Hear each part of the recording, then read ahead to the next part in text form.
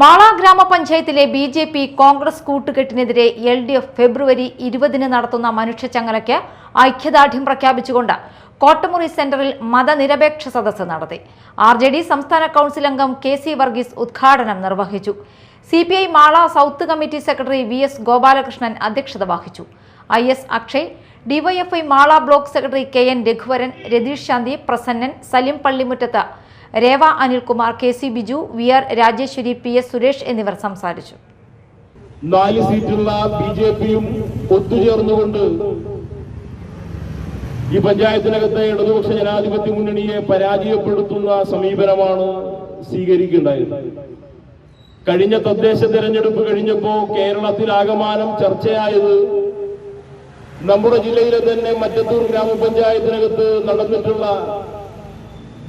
കോൺഗ്രസിന്റെയും ബി.ജെ.പിയുടെയും നേതൃത്വത്തിലുള്ള വിശുദ്ധ കൂട്ടുകെട്ടിനെ സംബന്ധിച്ച ചർച്ചകളായിരുന്നു.